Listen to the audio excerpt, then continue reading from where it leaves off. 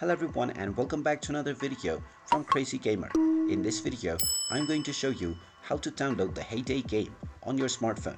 So let's get started right away. First of all, open up the iOS App Store or the Google Play Store depending on your device.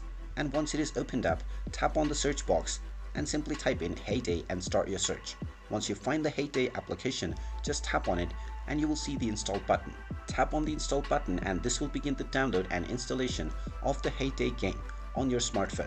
Just wait for a while until the installation is completed, and then when you can see the play button, go ahead and tap on it to open up the Hay Day game and start enjoying it right away.